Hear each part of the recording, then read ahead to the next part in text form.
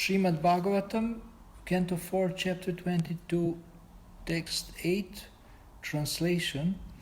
Any person upon whom the Brahmanas and Vaishnavas are pleased can achieve anything which is very rare to obtain in this world as well as after death.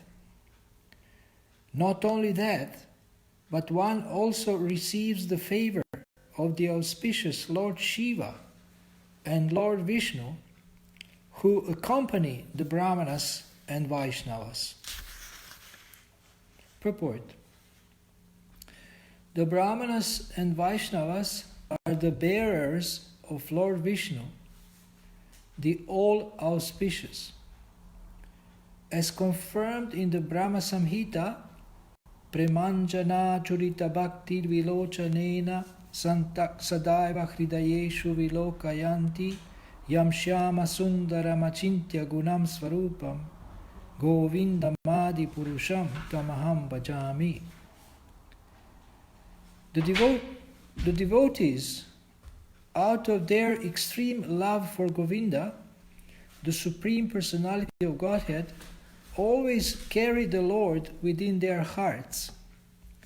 The Lord is already in the heart of everyone, but the Vaishnavas and the Brahmanas actually perceive and see Him always in ecstasy. Therefore, Brahmanas and Vaishnavas are carriers of Vishnu. Wherever they go, Lord Vishnu, Lord Shiva, or the devotees of Lord Vishnu are all carried. The four Kumaras are Brahmanas, and they visited the place of Maharaj Prithu. Naturally, Lord Vishnu and his devotees were also present. Under the circumstances, the conclusion is that when the Brahmanas and Vaishnavas are pleased with a person, Lord Vishnu is also pleased. This is confirmed by Srila Vishwanath Chakravarti Thakur in his 8 stanzas on the spiritual master, Yasya Prasada Bhagavat Prasadaha. By pleasing the spiritual master, who is both Brahmana and Vaishnava, one pleases the Supreme Personality of Godhead. If the Supreme Personality of Godhead is pleased, then one has nothing more to achieve, either in this world or after death. Kim tasya durlabhataram ihaloke paratracha yasya vipra prasidanti shivo vishnushcha sanugaha. Any person upon whom the Brahmanas and Vaishnavas are pleased can achieve anything which is very rare to obtain in this world as well as after death. Not only that, but one also receives the favor of the auspicious Lord Shiva and Lord Vishnu, who accompany the Brahmanas and Vaishnavas.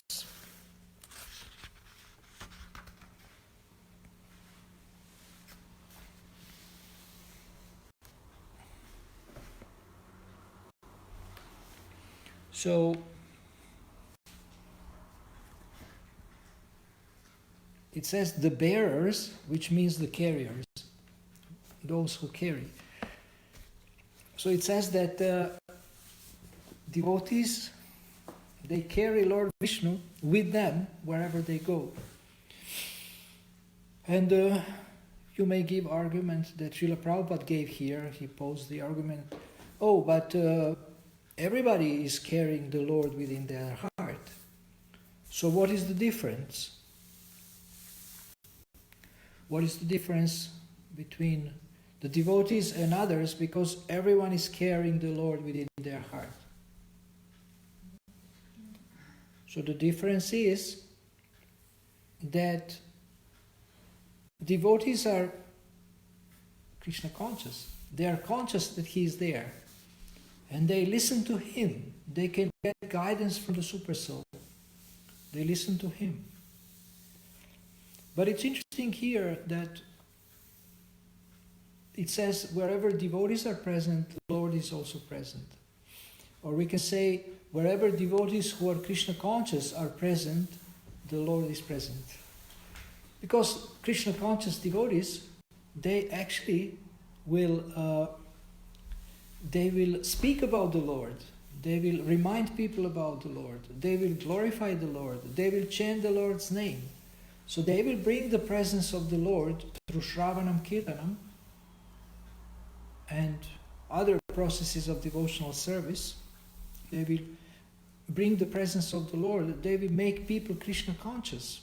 They will make people Krishna conscious by their service, by their activities, by their speaking about the Lord, or chanting about the Lord, singing about the Lord.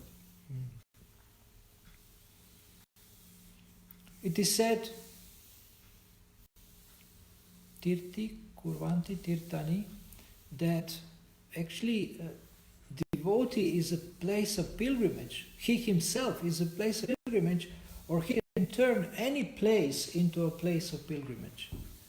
So we want to go to India, to holy places, and this is what Srila Prabhupada instructed. So we should do that. But devotee, wherever he comes, it doesn't matter if it's India or any other place, a devotee, he actually creates the holy place by his presence, by his Krishna conscious presence, and by glorifying the Lord, by chanting and about the Lord, by speaking about the Lord. So he creates atmosphere conducive or favorable for devotional service. Srila Prabhupada did that. He came amongst materialistic people and creating an atmosphere for devotional service and inspired them to engage in devotional service. First they were serving him, and then he explained to them that actually this is service to Krishna. This is service to Krishna. So Srila Prabhupada is mentioning the verse from the Brahma Samhita, which is one of the most beautiful verses in the Vedic literature. It says that devotees see the Lord everywhere. Why and how? Because their eyes are anointed with the salve of love, or ointment of love. So when you see everything, we speak about importance of perception, and we say that we should look through the eyes of the scriptures. And here is the ideal description of how one should look at the world, how one should look at other people, and how one can see the Lord. This is possible only with the eyes of love. If the eyes are anointed with love, with pure love. So it is said, Premanjana churita bhakti vilochanena santa sadaiva hridayeshu vilokayanti yam shyama sundaram achintya gunaswarupam govindamadi purusham tamaham bhajami. Premanjana churita means the ointment of love. Premanjana churita, the ointment of love, like a cream or something. So if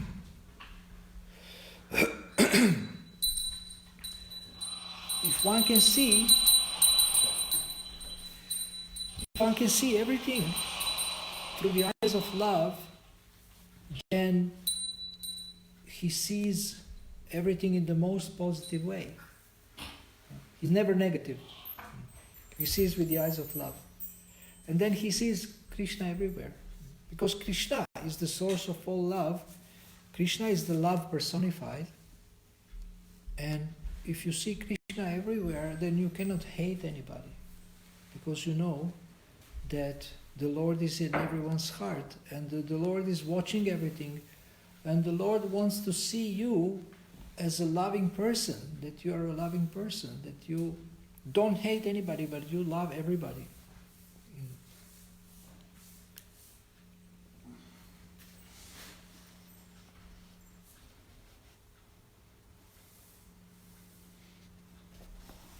Four Kumaras have come there, and they have been seated, they have been greeted they have been respected, their feet were washed, and the water was sprinkled on the head of Maharaj Prithu and his associates. So all this has been done, the respect was shown to them, and they have been seated and they will start to speak now. First Maharaj is talking, he is glorifying them, he is describing their activities, their glories, their knowledge. And now, soon they will start to speak. But Maharaj is giving some introduction, we can say. But soon they will start to speak, and they will start to enlighten Maharaj Prithu. And actually Maharaj Prithu doesn't need this enlightenment and knowledge because he already knows these things. He is actually an incarnation of the Lord. But he is inquiring for the benefit of all of us.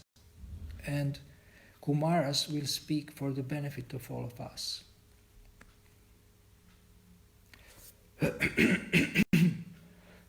So it is said that not only Kumaras were present, but actually the Lord and Lord Vishnu and his devotees were also present. So if someone is Krishna conscious, then he never feels lonely because there is so many people. There is whole parampara always present. There is Vishnu and his incarnations present. Devotees are present. One can feel the presence of other devotees. And people ask, how can I know that the Lord is pleased? And this is described here. The Lord is pleased when devotees are pleased with us, especially if our spiritual master, who is also both Brahmana and Vaishnava, when he is pleased. So this is how we can know that the Lord is pleased. And it is said in the Guru Ashtaka prayers, which this morning we sang, Yasya prasadat bhagavat prasad, Yasya prasadan agati kutopi, Dhyayam stuvam stasyaya shastri sandhyam, Vande Gurok Shri Charanaravinam. These are beautiful prayers. And this prayer describes that if by pleasing the spiritual master, one pleases the Supreme Personality of Godhead. And if the Supreme Personality of Godhead is pleased, then one has nothing more to achieve either in this world or after death. So this is also a definition of success. You know, people try to define success in different ways. There's one, I would say, the father of self-help movement, who said that success is a continuous pursuance of the worthy ideal or the worthy goal. So continuously striving for something that is worthy, this is how he defines success. And Srila Prabhupada has defined success here, and also in one conversation he said, knowledge means to know him, and success means to please him. So for us, success is when Krishna is pleased, and when spiritual master, the representative of Krishna, is pleased. So the pleasure of the spiritual master is the symptom that the Lord is pleased. This is not how we know that we are successful. And when we are successful, then we are actually automatically happy. We are automatically happy. So the responsibility of various personalities is to actually make people Krishna conscious. The responsibility of the president of the country or the prime minister, the responsibility of a father, of a community leader, of a mother, of a spiritual master. Even it is said of a relative, responsibility of a relative is to make people Krishna conscious and also to make them fearless. In our mentor meeting, we spoke about duties of a mentor, and Keshava Prabhu mentioned the verse from the Bhagavatam, that I shared with him, that one should actually instill fearlessness in those he take care of. There is this English word, ward. It's not word, it's ward. Ward means a person who is under your protection. So somebody you have taken on as your responsibility, somebody that you guide or protect, take care of. That's called ward, W-A-R-D, ward. So in the commentary purport to the verse where Devahuti is requesting her husband to instill fearlessness in her, Srila Prabhupada explains about this. So Kardama Muni, because he gave her a child which is incarnation of God, Lord Kapiladev, and now after some time he decided to go to the forest and take sannyas, and his wife agreed to this, that he can take sannyas, but she said, but first you have to instill fearlessness in me. First you have to instill fearlessness in me. So one symptom of instilling Krishna consciousness in others and making other people Krishna conscious is actually that we make people fearless. Devahuti Ruvasha Sarvam Tad Bhagavan Mahyam Upavaha Pratishrutam Atapi Me Prapannaya Abhayam Datum Arhasi. Sri Devahuti said, my Lord, you have fulfilled all the promises you gave me. He promised to give her, he gave her so much enjoyment. He created a whole city which was like an airplane which was flying through the space, full of people for her enjoyment, and they enjoyed for many years, and they got a child which was the incarnation of God. So she says, you have fulfilled all the promises you gave me. Yet because I am your surrendered soul, you should give me fearlessness too. So she is so intelligent. Apart from getting all the enjoyment she wanted and satisfaction of having God for her child, she also wants fearlessness. Purport. Devahuti requested her husband to grant her something without fear. As a wife, she was a fully surrendered soul to her husband, and it is the responsibility of the husband to give his wife fearlessness. How one awards fearlessness to his subordinate is mentioned in the 5th canto of Srimad Bhagavatam. One who cannot get free from the clutches of death is dependent, and he should not become a spiritual master, nor a husband, nor a kinsman, nor a father, nor a mother, etc. It is the duty of the superior to give fearlessness to the subordinate. To take charge of someone, therefore, either as father, mother, spiritual master, relative, or husband, one must accept the responsibility to give his ward freedom from the fearful situation of material existence. Material existence is always fearful and full of anxiety. Devahuti is saying, you have given me all sorts of material comforts by your yogic power, and since you are now prepared to go away, you must give me your last award so that I may get free from this material condition of life.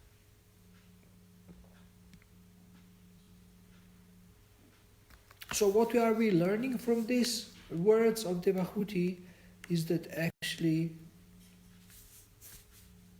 we don't need all this material enjoyment. Maybe you are still longing for material enjoyment. And sometimes devotees are asking, why God doesn't give me some enjoyment? I'm serving Him so much. And she got all kinds of material comforts because he had yogic powers. He can create so many material things for enjoyment. And she is putting this last condition, you must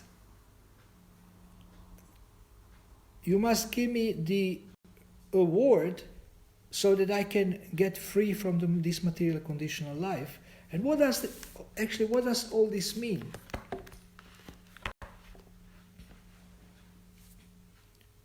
You may say, but this means she goes back to Godhead to get free from the material conditional life. But actually, this is not true. What she is asking for is to actually change her consciousness. To change her consciousness. Devotee is not asking for better material comforts or conditions, but he wants to change his consciousness, and he then he can be happy in any circumstance. He can be happy in any circumstance because he has a different consciousness. So she is telling us, I think, don't try to enjoy things I wanted and I enjoyed. Because after I enjoyed all of this, I was still not happy and I was still not fearless. And I'm asking now my husband to give me fearlessness and to give me high consciousness, to give me Krishna consciousness. So there is a mention here of different responsibilities that one can have. And there is a mention of one verse, and we don't have a fifth canto here. I would like to, I think I understand which verse Prabhupada is mentioning. It's Gurur na sasyat, svajano na sasyat, pita na sasyat, janani na sasyat. Gurur na sasyat, one should not become a guru. Then Guru na sasyat, svajano na sasyat. Dana sasyat, one should not become a father. Janani na sasyat, one should not become a mother. And one should not become a worshipable demigod. And one should not become a guru, as we said that. If one is not able to free those he takes care of from the cycle of birth and death. From the cycle of birth and death. So people want to get married, and if we have a marriage questionnaire, like Grihastha Vision Team has a 7-page marriage questionnaire on the website. But they didn't put this question, are you able to free your wife from the cycle of birth and death? So this is in the Bhagavatam, this condition is put, that if you want to become a husband, or if you want to become a father, then you should be able to free those under you from the cycle of birth and death. So if we take into consideration this condition, then nobody will get married. Because it's a very high demand, it's a very high condition.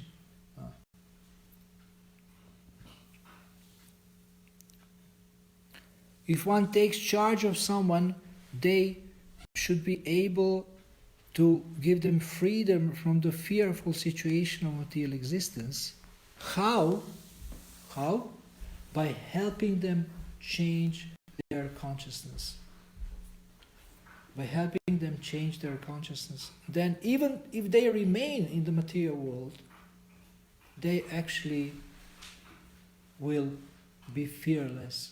And they will be happy. And they will feel protected. They will feel protected. So her request is an instruction for everyone who is taking on responsibility to think how he can do that. And now, how can you give someone fearlessness if you are not fearless yourself? How can you give someone courage if you are not courageous yourself? So first, this person has to be Krishna conscious and fearless in order to be able to give fearlessness. And Kardama Muni is such a Krishna conscious person, and he is able to give his wife fearlessness. So this is in the third canto, chapter 23, where she's saying this. And she's speaking, continuing to speak. My dear Brahmana, as far as your daughters are concerned, they will find their own suitable husbands and go away to their respective homes, but who will give me solace after your departure as sannyasi? Oh, this happened before Kapila Dev appeared. Okay, sorry. So I think she's now asking for a son. Until now, we have simply wasted so much of our time in sense gratification, neglecting to cultivate knowledge of the Supreme Lord. Not knowing your transcendental situation, I have loved you while remaining attached to the objects of the senses. Nonetheless, let the affinity I have developed for you rid me of all fear.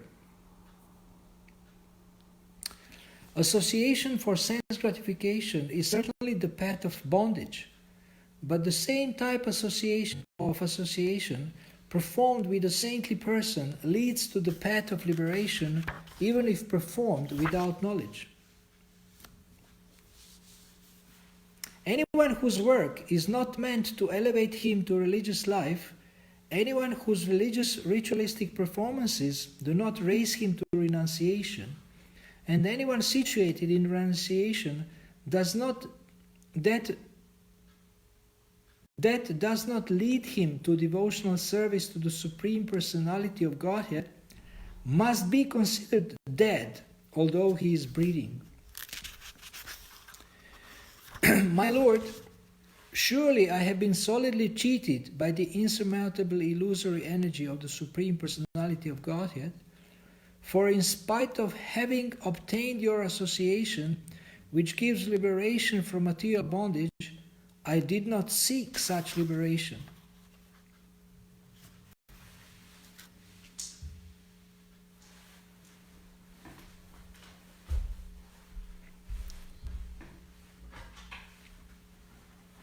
And now Kardama Muni is replying. Do not be disappointed with yourself, O princess, you are actually praiseworthy. The infallible Supreme Personality of Godhead will shortly enter your womb as her son. So this was before Kapila appeared. She was telling this to Kardama Muni. So sometimes we see that although people are very God conscious, they still have to have some desires, they still have to enjoy something. And then they understand that this will not make me happy. So they then seek higher guidance and higher consciousness. And she is lamenting that she had an association of a saintly person, but she used it for sense gratification, not for elevation or liberation. She's lamenting. And now, because they are such high personalities, now actually he will give her a son, who is the incarnation of the Lord. He will give her a son. So thank you very much for listening. Are there any questions?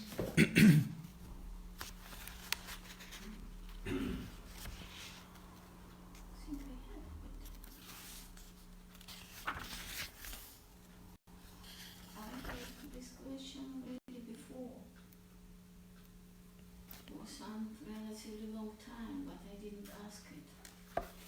It is concerning the 1866. Uh-huh.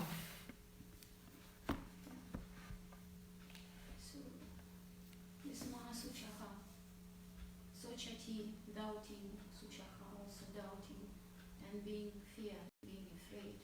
Uh-huh. Is it fear of giving up the enjoyments?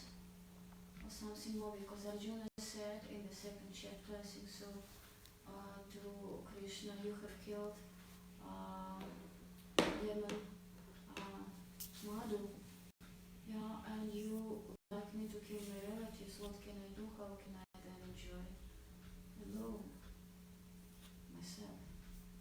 What is this Ma Suchaha exactly? That is the fear of losing the enjoyments, or what is it? Because Krishna is promising to avoid all the surrender and I will make you free from all the sins. But nevertheless, Masuchaha. This Masuchaha, it's not just so very simple. What is it? What is meant here exactly? The fear of losing the enjoyments, or the fear of, because surrendered means renouncement. Yes. That Masuchaha, that's more strong than Masuchaha. So don't doubt, don't be fear. What is meant here? As far as I understand, this refers to sinful reactions. Because he says, I will protect you from all sinful reactions, don't fear. So we can look at the purport also if there is something, but if he protects from all the sinful reactions, what to fear? that means from suffering. Protection from suffering. Of suffering because of sinful reactions.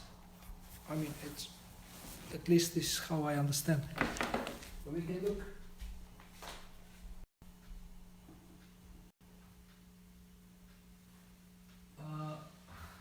Okay. No, this is German. Aha, here is English. I had this question already a long time before, but I didn't ask. Because one should ask so correct questions, not to go so deep or something. So you say 1866?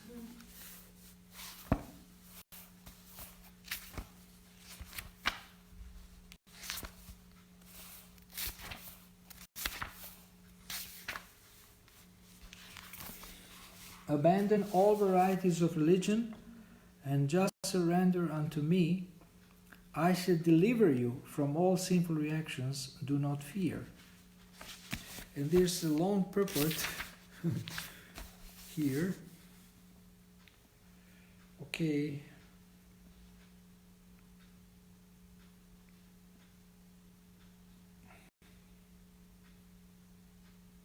So, actually this is related to what we discussed yesterday in relation to Yesham Tvantagatam Papam, Jananam Punya Karmanam. In the 7th chapter it was said that only one who has become free from all sinful reactions can take to the worship of Lord Krishna. Thus one may think that unless he is free from all sinful reactions, he cannot take to the surrendering process. To such doubts, it is here said that even if one is not free from all sinful reactions, simply by the process of surrendering to Sri Krishna, he is automatically freed. There is no need of strenuous effort to free oneself from sinful reactions. One should unhesitatingly accept Krishna as the supreme savior of all living entities. With faith and love, one should surrender unto him. So now this strenuous effort to free oneself from sinful reactions, what does that mean? What do you think? To free oneself from sinful reactions. Strenuous effort or big effort to free oneself from sinful reactions, what is this? To serve. What? To get into the service, to serve sincere, not karma yoga, not so I'm serving and you give me back that you deliver me from all sinful reactions. There is no need of strenuous effort to free oneself from sinful reactions. Yeah, that's what I mean. Serving, simply serving, doing everything for Krishna and be his devotee and worship him. And then it happens automatically. No, I'm So asking. we're thinking, wow, if I'm not doing service, so I will not be freed from karma or something like that. Or that is very often you give me, I give you when you give me. Yes, if you don't give me, I will not give you something like that. Yes. So what is behind? If behind is everything given to Krishna or not? So that's what I understand. So not special effort, special endeavor. That is different. Special endeavor can be positive as well too. It's something because in this 18th chapter, special endeavor to serve Krishna, it is good. It is good when that is special endeavor, that is when we are good instruments and we can give the special endeavor to serve Krishna. So it's not absolutely clear. To me, this seems to refer to atonement. You know atonement? Atonement? What is it?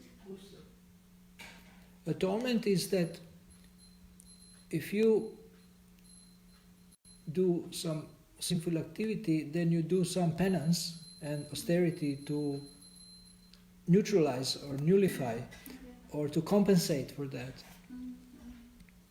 So it seems to me that this strenuous effort refers, so no need for atonement, but just continue with devotional service.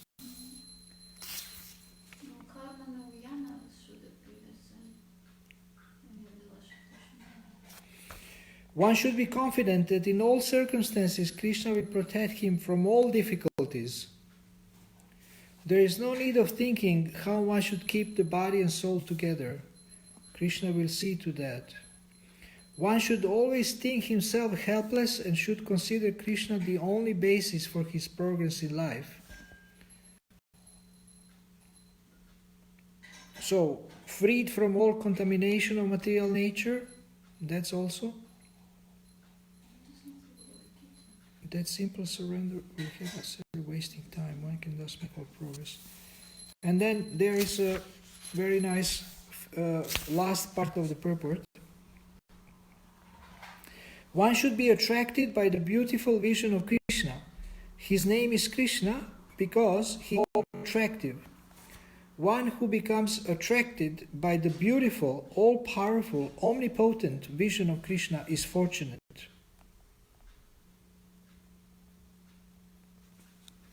So devotees are attracted to Krishna.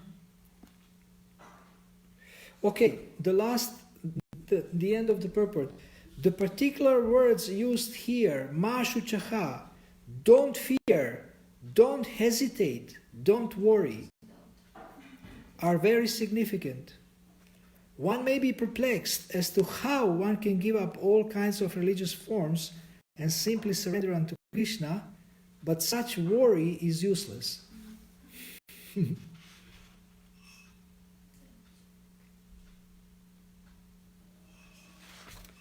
So this is the best I can offer.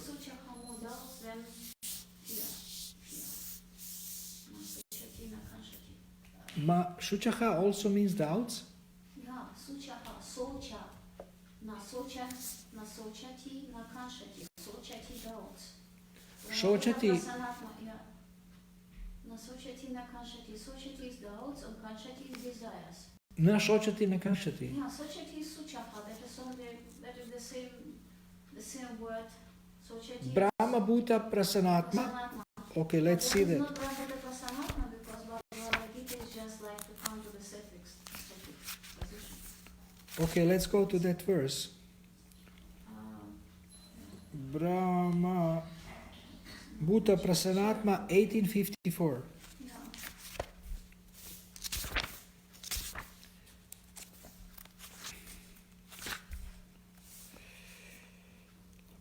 Brahma Bhuta Prasanatma na shochati na kankshati samak sarveshu bhuteshu madbhaktim labate param.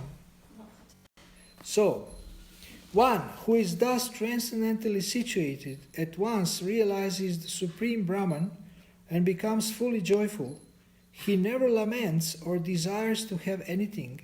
He is equally disposed toward every living entity. In that state, he attains pure devotional service unto me. Shochati means laments.